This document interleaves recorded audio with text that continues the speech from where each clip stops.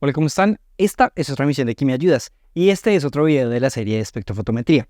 Y si lo que están buscando es cómo hacemos para aplicar esta técnica y más específicamente cómo vamos a usar el equipo que necesitamos, que se llama un espectrofotómetro, este es el video que necesitan, porque hoy vamos a hablar de todo. Cómo se usa este equipo, cómo se preparan las muestras, cuáles son esas cosas que tenemos que tener en cuenta cuando estamos aplicando esta técnica y muchísimo más. Pero antes, hablemos de algo importante. Cuando uno habla de técnicas de química analítica, como la espectrofotometría, usualmente no se pone a pensar de dónde vienen esos equipos que se usan para llevar a cabo este tipo de análisis. Pero resulta que esta es la parte más importante del proceso. Tú puedes tener todo el conocimiento necesario, pero si no tienes el equipo indicado, es muy poco lo que vas a poder hacer. Y aquí es precisamente donde entra a juego PerkinElmer, nuestro socio para el video de hoy. PerkinElmer es uno de los fabricantes más importantes de equipos para técnicas de química analítica en el mundo. Ofrece soluciones para cientos de distintos tipos de sustancias y técnicas químicas que cubren prácticamente todos los tipos de análisis que te puedas imaginar. Y no solo eso, PerkinElmer ofrece soluciones para todos los tipos de organizaciones, desde grandes compañías, pasando por universidades, institutos de investigación o pequeños laboratorios. No importa el país donde vivas, si necesitas análisis químico, PerkinElmer te va a ofrecer la mejor solución de calidad. Entonces te dejo un link en la descripción para que puedas explorar todas las tecnologías increíbles que esta empresa tiene para ofrecer. Agradezco a PerkinElmer por hacer que la química llegue a más personas y ahora sí, sigamos con el video. Después de ese mensaje, si queremos entender cómo se usa un espectrofotómetro, lo primero que necesitamos es obtener uno y para eso tenemos que ir al laboratorio. Ya estamos en el laboratorio y este que está aquí es un espectrofotómetro. Específicamente uno de la marca PerkinElmer, el modelo Lambda 365, y es el que voy a usar para explicarles el día de hoy. Para entender mejor el video de hoy, estaría genial si ya vieron los videos anteriores en los que explico los principios de la espectrofotometría y otras cosas que hay que tener en cuenta.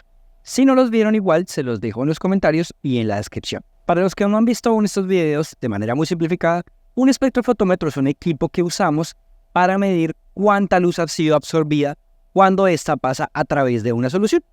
Una vez tenemos esa cantidad de luz absorbida, lo que hacemos es tomar ese número y calcular la concentración de las moléculas que están absorbiendo esa luz. Cuando uno está usando uno de esos equipos, lo primero que tiene que saber es que no todos se ven igual. Los equipos, dependiendo de la tecnología y el área en la que se van a aplicar, pueden cambiar. Por ejemplo, este equipo es grande y está diseñado para estar en una mesa. Eso es porque es un equipo pensado para investigación y puede hacer muchísimas cosas que son necesarias en el laboratorio. Sin embargo, hay otros equipos que son mucho más pequeños porque la idea es usarlos en campo. También hay equipos que traen una pantalla integrada dentro del cuerpo del equipo, o como en el caso de este, están conectados a un computador para realizar las mediciones. No importa cómo se vea el equipo o la tecnología que use, el principio de funcionamiento es exactamente el mismo y la manera en la que se usa se parece muchísimo entre todos. Además, todos los espectrofotómetros van a tener algunos elementos que son comunes y necesarios. El primero de ellos es algo a lo que llamamos una fuente de luz. En el caso de este equipo, la tiene acá debajo de esta rejilla, pero cada equipo tendrá una ubicación distinta. Esta va a ser la parte que se va a encargar de emitir la luz que va a pasar a través de la solución. El segundo elemento que todos los equipos deben tener es un sistema para elegir el tipo de luz, o en otras palabras, para elegir la longitud de onda de la luz que voy a querer que pase por mi muestra. En el caso de muchos equipos pueden tener, como lo mencioné antes, una pantalla y botones integrados en el cuerpo del equipo, o en el caso de este se hace a través de un software. El tercer elemento, que es muy importante, es la parte en la cual la solución va a ser medida. Y eso generalmente está compuesto de dos objetos. El primero es este que tenemos aquí, al que se le llama cubeta o celda. Bueno, dependiendo de la área que estén, puede que se llame distinto. Cuéntenme en su área cómo se llama.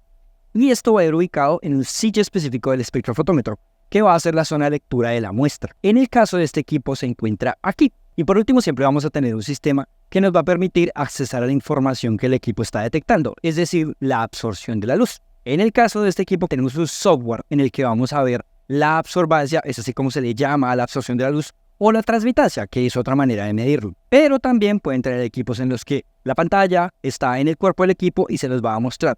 Y si ya tienen el equipo muy viejo, pues esto va a ser una aguja que tiene una escala impresa en el fondo. Cuando vamos a hacer una medida, lo primero que tenemos que hacer es poner la solución que vayamos a medir dentro de nuestra celda o cubeta.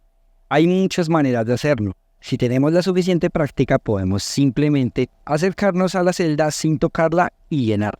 Pero si es que no tenemos tanta práctica, vamos a tener que manipular la celda. Entonces, lo que vamos a hacer es que vamos a tomar nuestra celda, preferiblemente de la parte de arriba. También lo podemos hacer por el lado rugoso.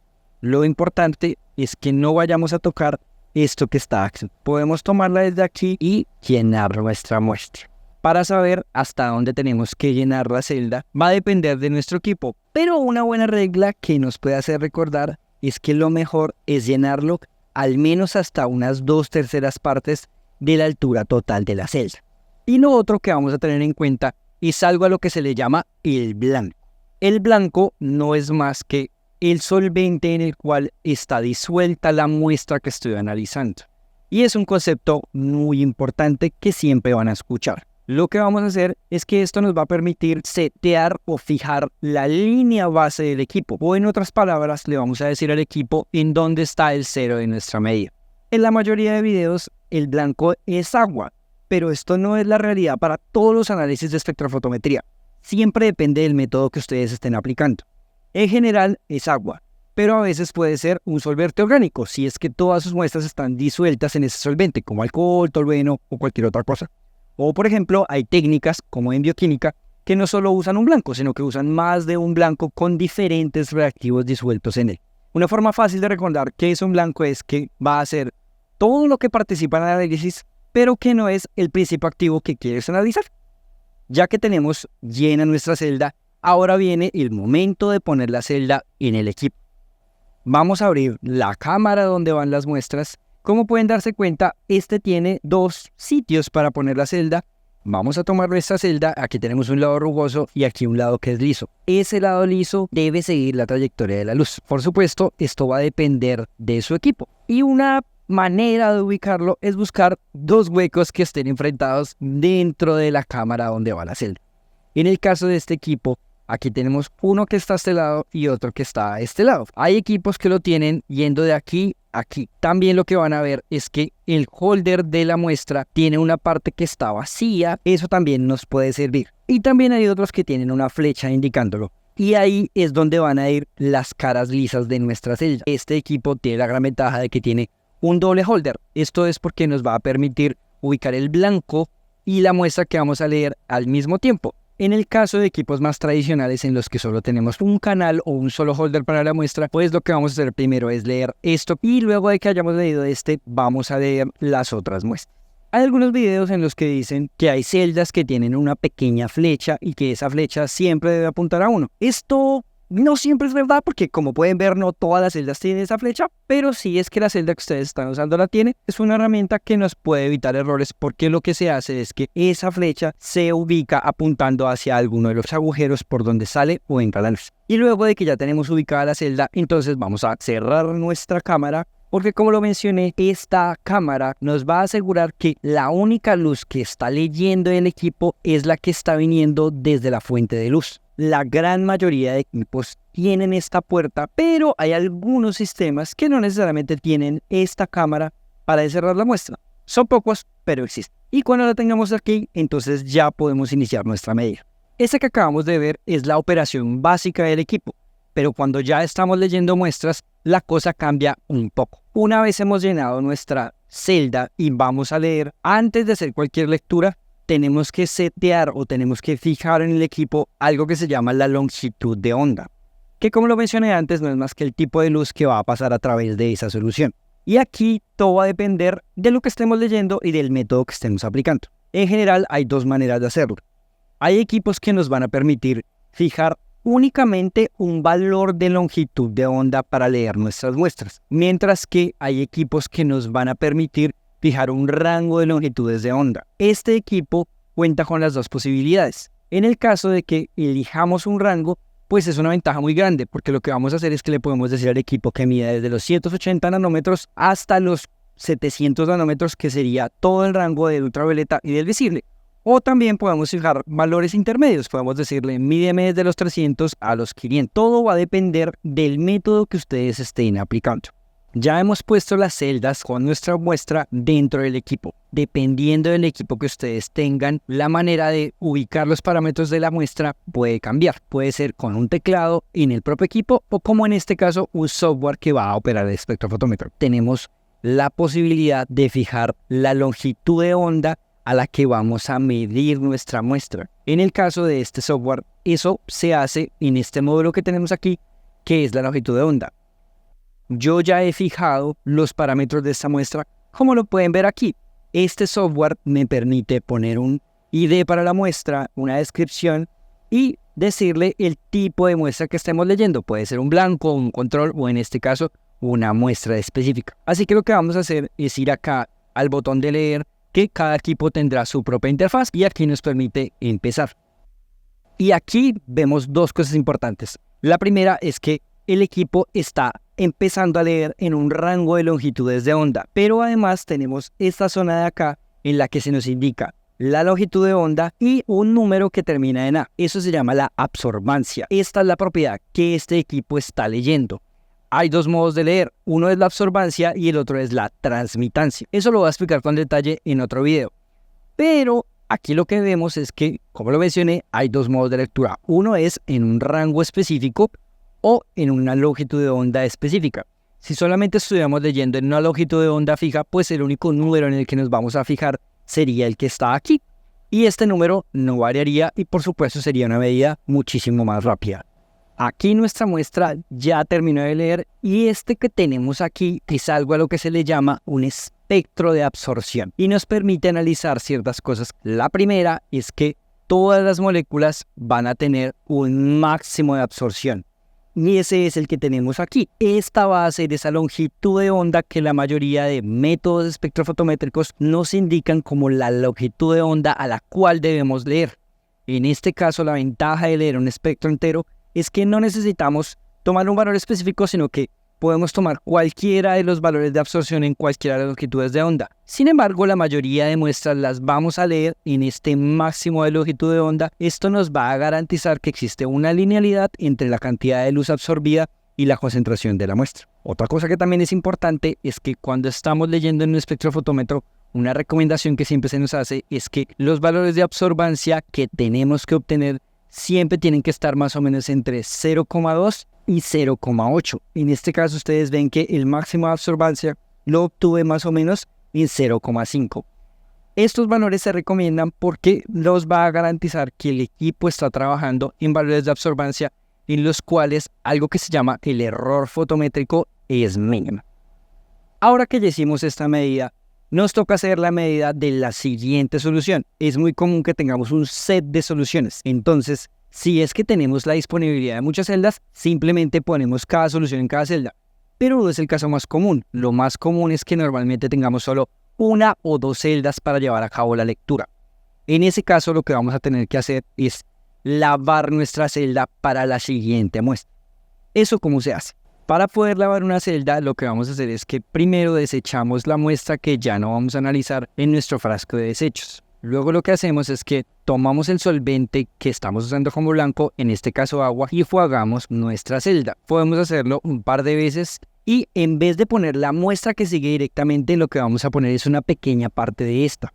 Y lo siguiente que vamos a hacer es que vamos a enjuagar las paredes de nuestra celda con esa muestra.